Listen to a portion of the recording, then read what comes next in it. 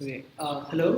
Okay. Hi. Thanks for coming. We're gonna start in 4 minutes. Let's start at 6:40.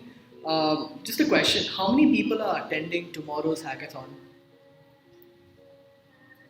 Just show of hands. How many people are attending tomorrow's hackathon? Okay. Second question: how many people know there is a hackathon tomorrow? Okay. I guess that's a good turnout rate. Okay, cool, cool. We'll start in 4 minutes, and the workshop's gonna. If you weren't planning on going for the hackathon, it might turn you towards going it, and if you are and you don't know what to do, it might help you.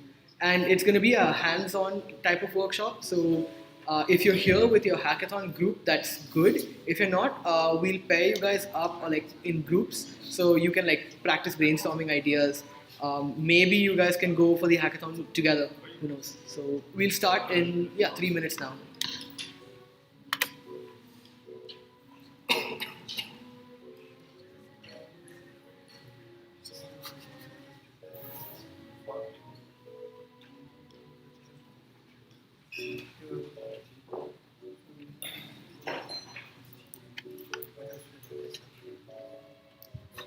Oh, also, you guys don't need laptops. I'm gonna be giving you guys some stuff to work with: post-it notes, A4 sheets, and stuff, and pens. So you don't really need your laptop. And at the end of it, you can take like the sheets and paper home, like for future reference or whatever. So yeah, you don't really need your laptop for this workshop.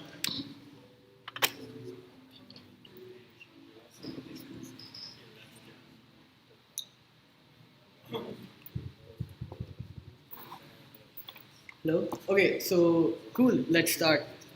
Okay, hi. Welcome to TGIFHacks number 102, Rapid Prototyping. I appreciate everyone coming here for the workshop and our T-shirt collection. So yeah, so let's start.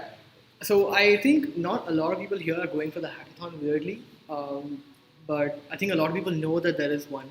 And the thing that comes up with a lot of hackathon attendees is they go there either because they don't like they when they go there they don't really have an idea or they don't really have a plan as to what to do, and then for the first like 4 or 5 hours you kind of stumble around thinking like, okay, damn, I don't know what to do, I don't know how to build it or with whom to build it.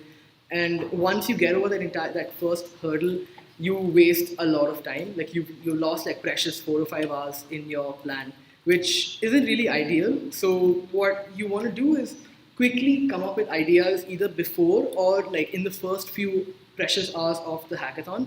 And then what you do is you just work your ass off and you finish the product as fast as you can. And what I'm going to take you guys through today is basically like kind of like a quick start to your ideas.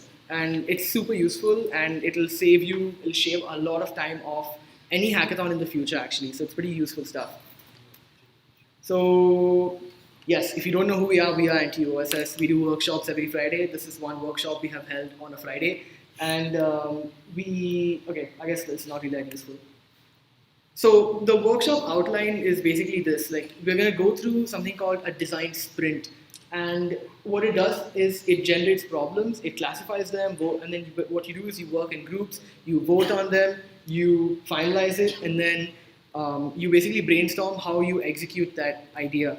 And I've added another extra part to the workshop, which is basically what I feel are libraries and frameworks that can help you quick start your project. So I know a lot of tools that are out there have a really long setup time, which isn't the best. So what I've compiled is like sort of like my like personal like list of things that will help you really start and build something really quickly. So we'll get to that later.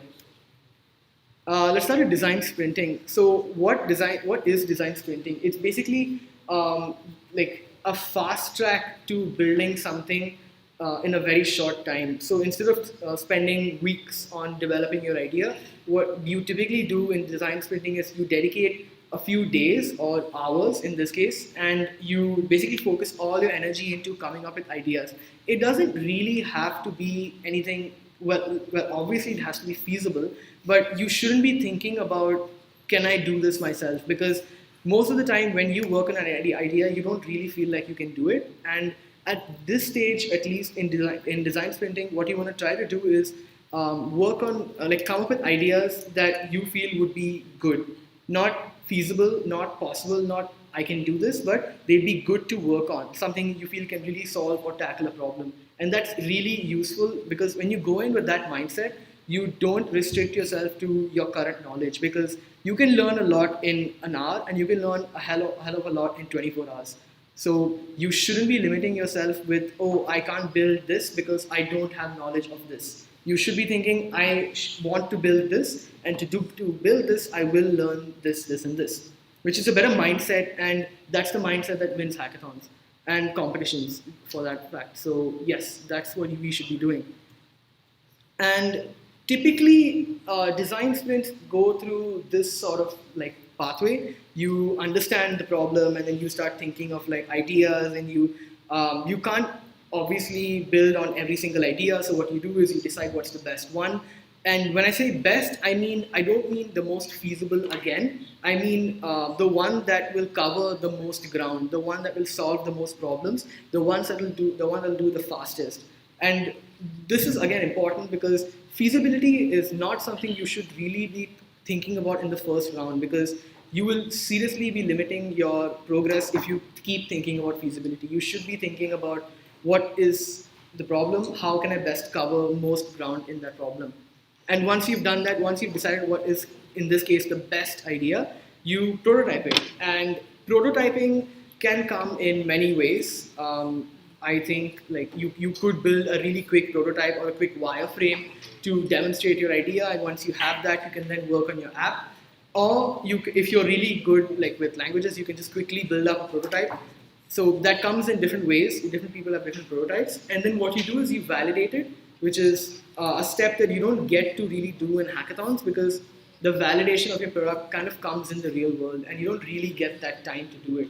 So what I don't have in this image is the actual day. So the design sprint that a lot of like people do, and what Google recommends, is a week-long design sprint, but it's not something that can't be done in a day. I think they do a week-long because people like go back home and they sleep and they wake up with cooler ideas. But it's not something that's impossible to do in a day.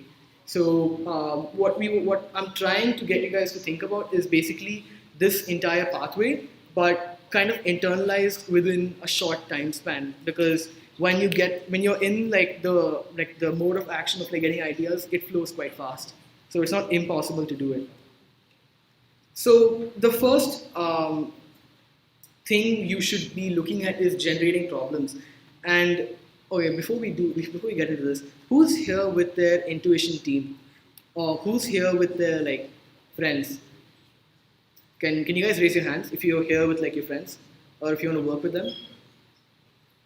Because what I was planning on doing is splitting you guys into like pairs or groups of threes, because it's this sort of like design sprint works best when you're with groups.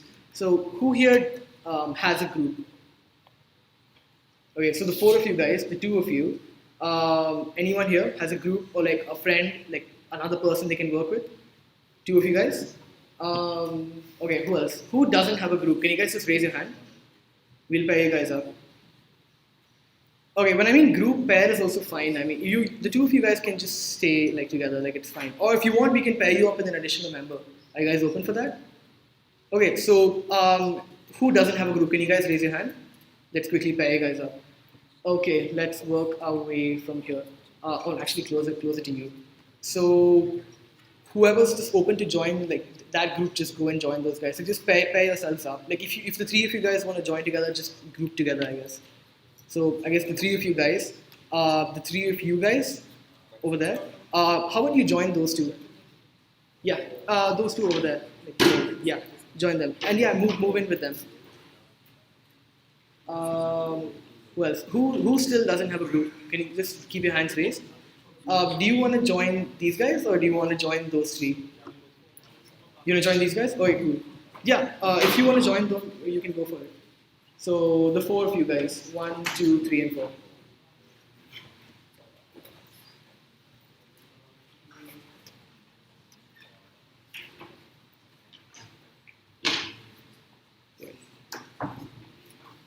Yeah, okay, nice.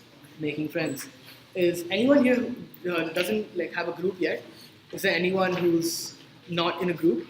doesn't have anyone to group with?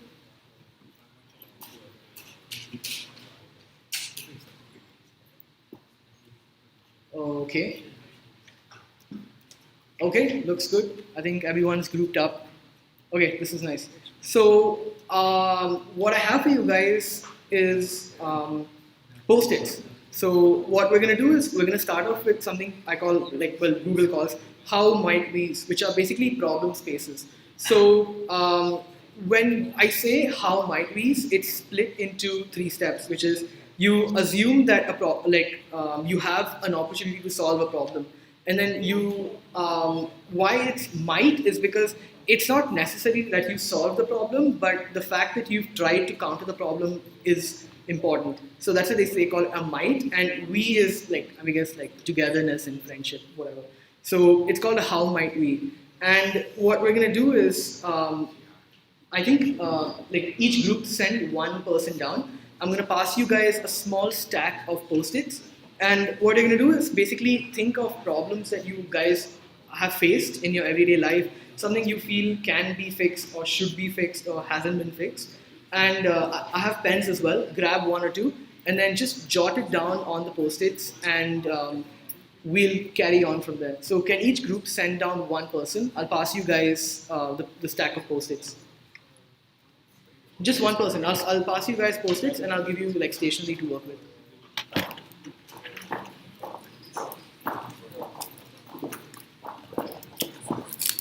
Give me a second.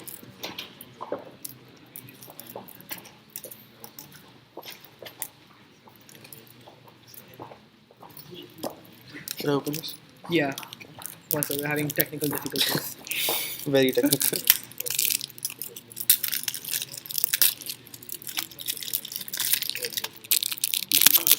Wow.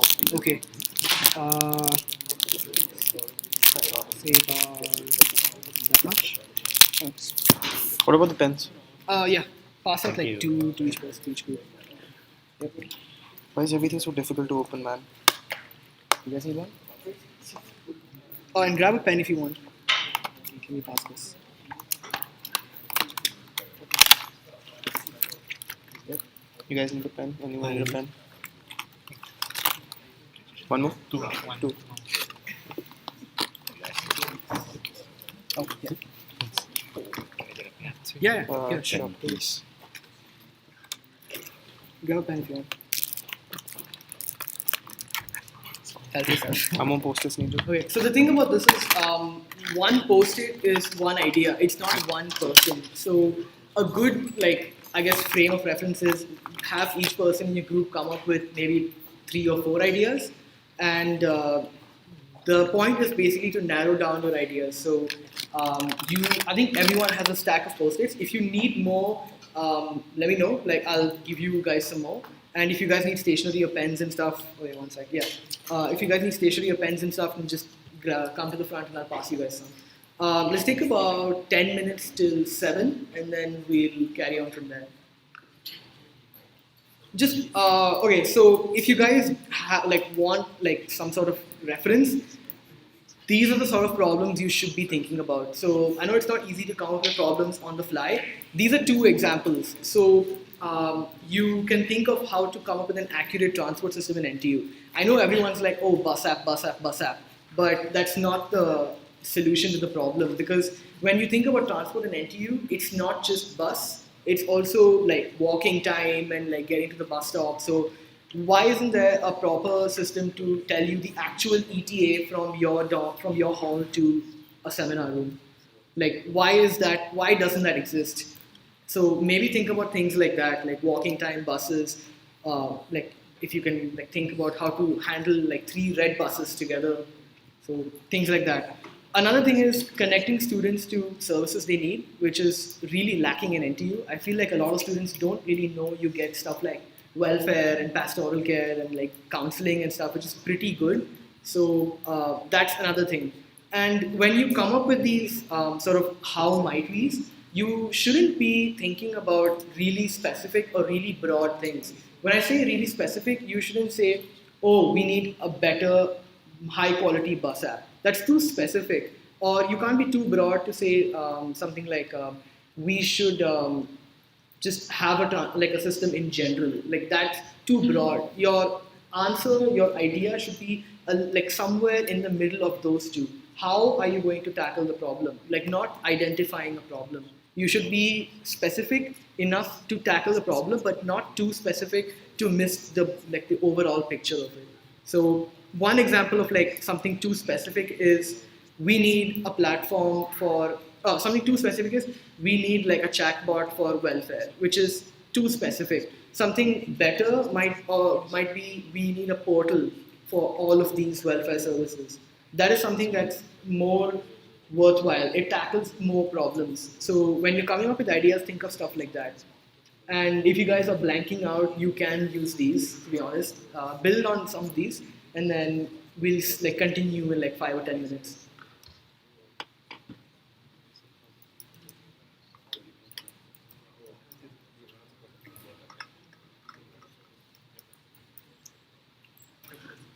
Okay, I think a lot of people are they feel like this.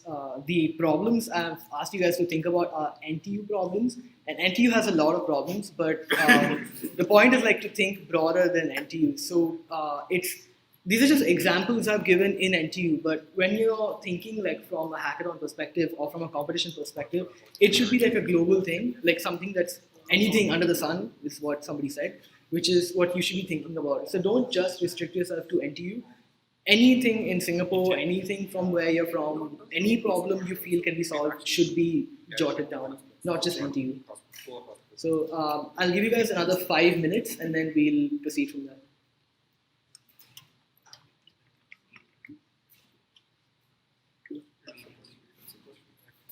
Okay, so how's everyone? Is everyone blank? Or have you guys come up with some ideas? I think like you guys have some ideas. Like I went through you guys and you came up with pretty cool ones. So what you do after this is basically if you guys or if you are still coming up with ideas, you can. What you do with your current ideas is you look at your post-its or your ideas and you classify them.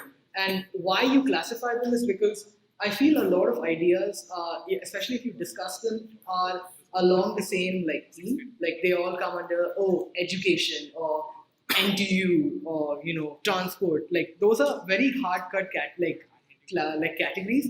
And what you want to do is kind of think outside those categories. So what it's going to do is you're going to see how many of your ideas are along the same line, and you eliminate or remove similar ideas. So I can guarantee that like a few of you guys in the same group might have come up with the same idea. What you should do in that case is just either remove the duplicates or see if there's any similarities in your ideas and come up with a better one after that. So let's take about 10 minutes or so, not 5, and like try classifying your post-its. So like the post-its have like that sticky part, just stack them on one another on based on like category. And then once you have them, we can eliminate the ones that are repetitive. So let's take about 10 minutes for that.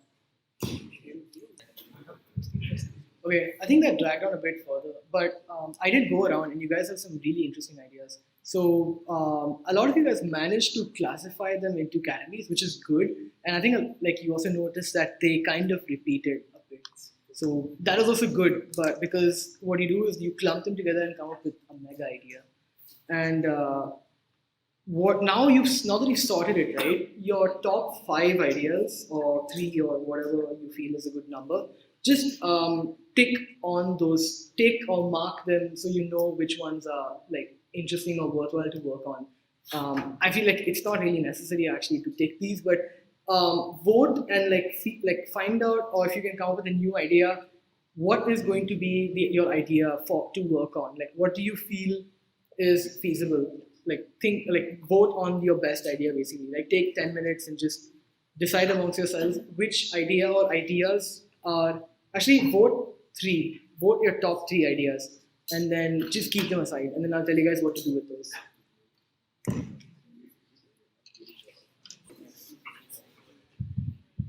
Okay, I think everyone's voted. I think a lot of you already had an idea of what your best idea was. So let's just carry on. So what you want to do is like basically understand your problem. You have your idea. Why think a little bit more about the problem?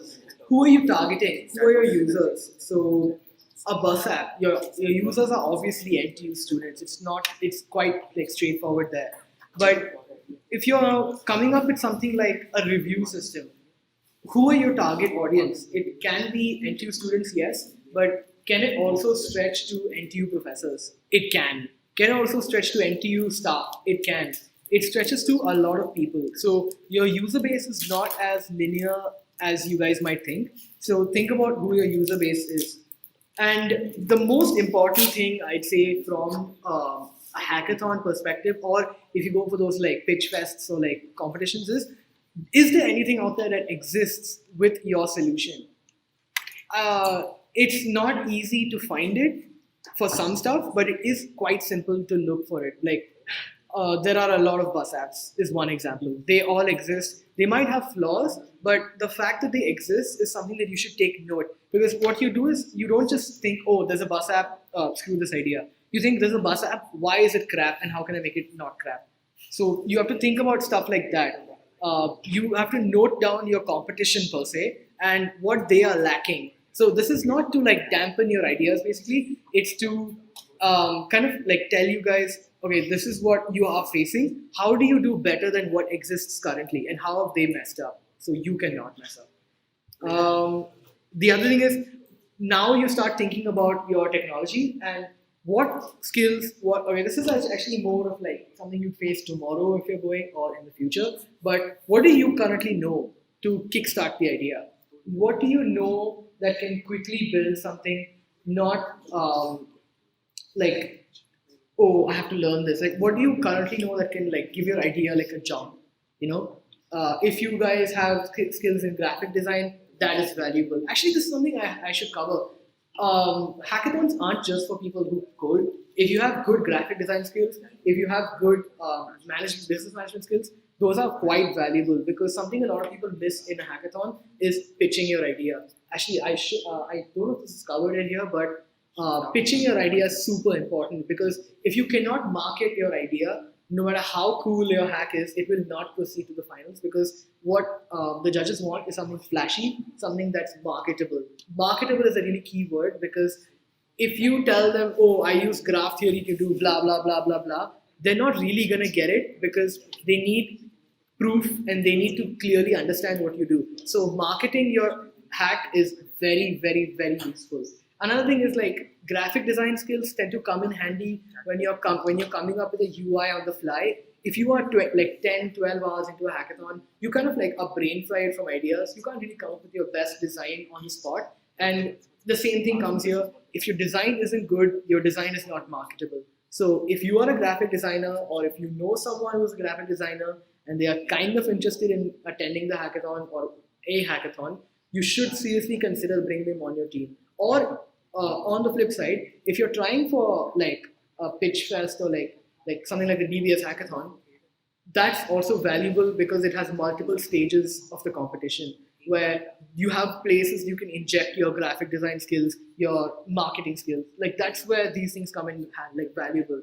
That's not to say it's not important in a hackathon, but pitching your hack and marketing it is very, very critical. That's actually the difference between getting to the finals and not getting to the finals, or getting first place and getting like third place. That is a very, very big step. The other thing is like the last one is actually for like in the middle of the hackathon. These are always things you should be like keeping in mind. Who's your user base? What technology exists? And what are we going to do with our idea? And you should keep running this through your head. And at different stages of the hackathon, you should be like going through it again. That's what existing product audit is. Kind of like a checklist of sorts, but yeah, basically that. So I have paper. Yes, I have paper. I'll pass you guys A4 paper, like same thing, sign one person to the front, and fold it into 8. Not really necessary, actually, just take the paper, take your idea, and like basically kind of map it to the problem. So take your problem again and see how you can solve it. Like basically come up with solutions. So you came up with ideas. tie the idea to the problem you are trying to solve, and now start listing down solutions. Your idea is not a complete solution, it's your step to the solution. It's what a lot of people miss. When you come up with an idea, it's not an instant bam, that's a solution to my problem. It's okay, this is like the start of a sentence that will end with my problem being solved. So each group send down one person. I'll pass you like a stack of A4 sheets, and basically just take the sheet and like write down solutions to your problem. So yeah, just each group, if you can send down one person, it'll be nice.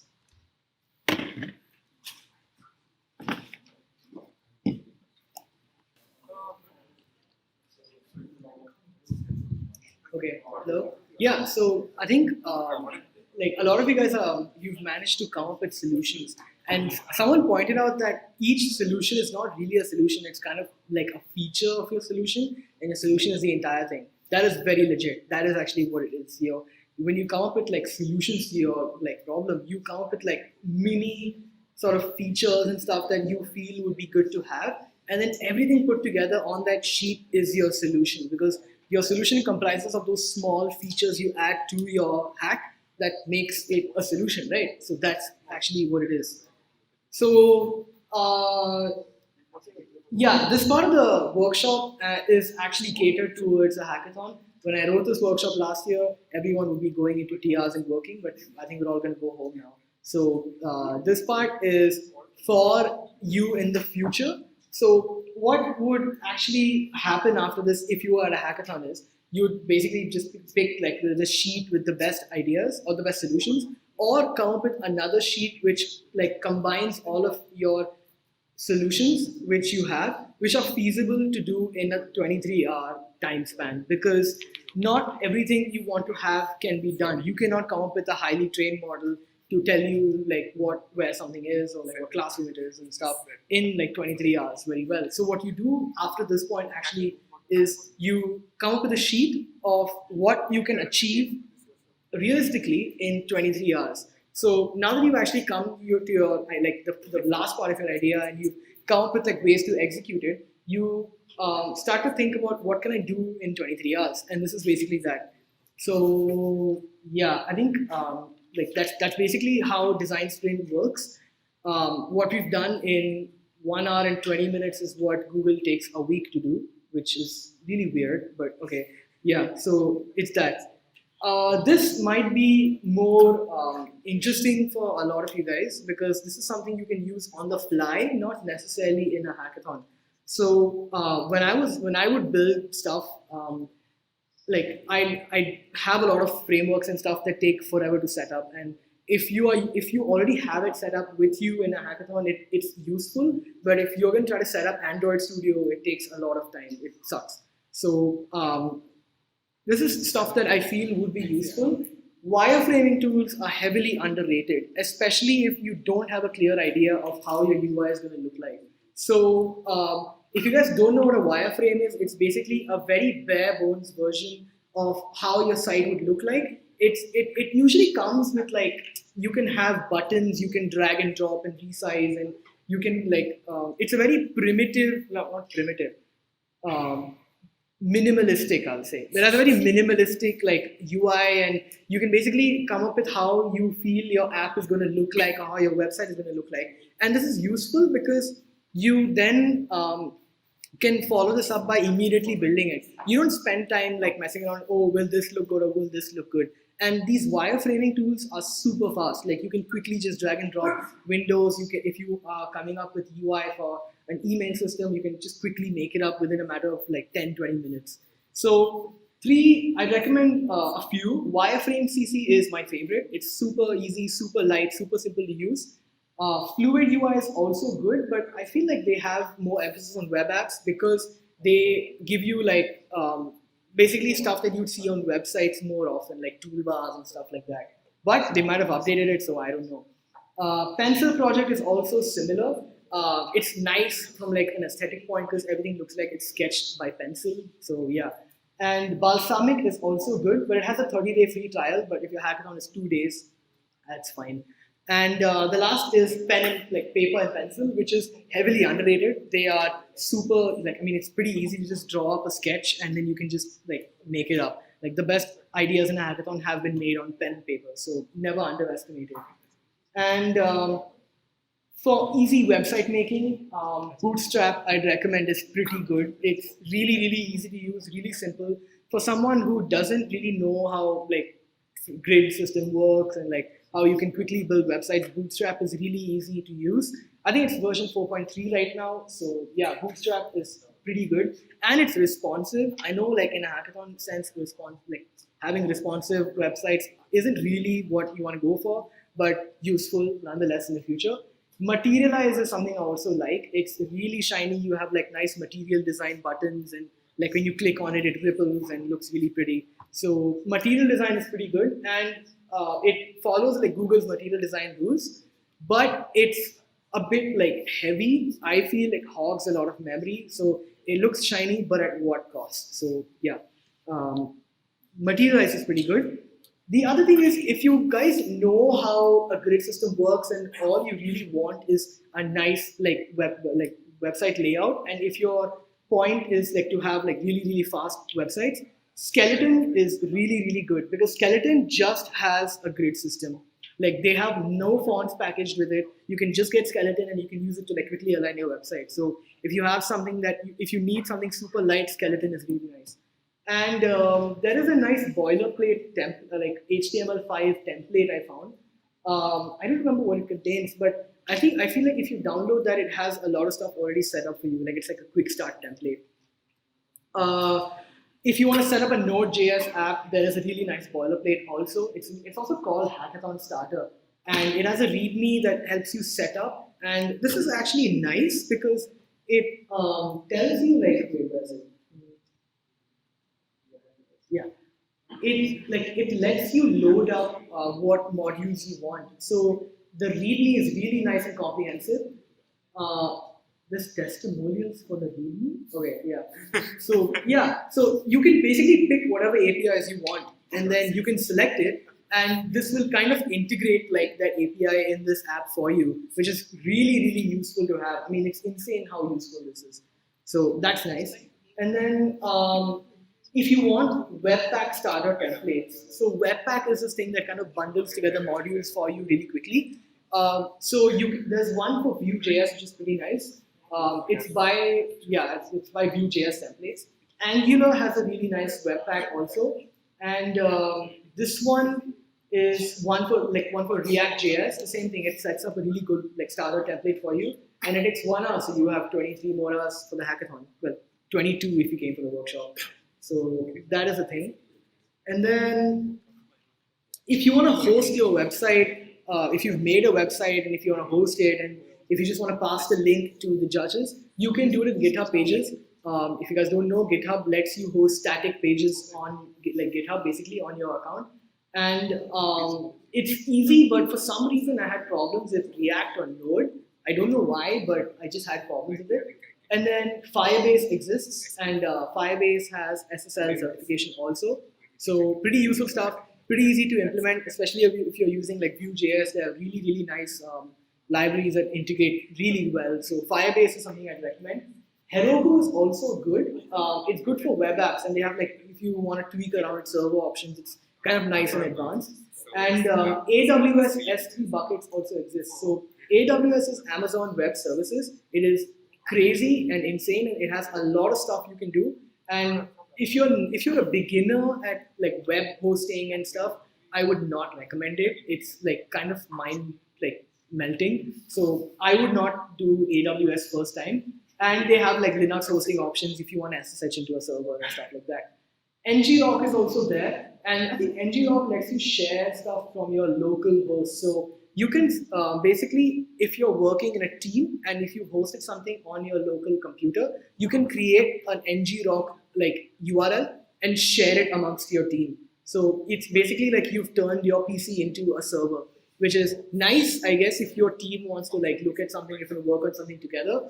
And sometimes if you push stuff to the internet and your servers like online, it might take time to refresh, and like you might have like half an hour where like nothing happens. So that's weird. But ngrok is like really quick. The server is your laptop. So if you guys want to work with like a server, you can like just share the link across. but I wouldn't submit the ngRock link to the judges because the net speed might slow down because obviously you're running it from your PC. So it's not the fastest one, but it's good for sharing in a team. And yeah, that's the end of the workshop. So thanks for coming.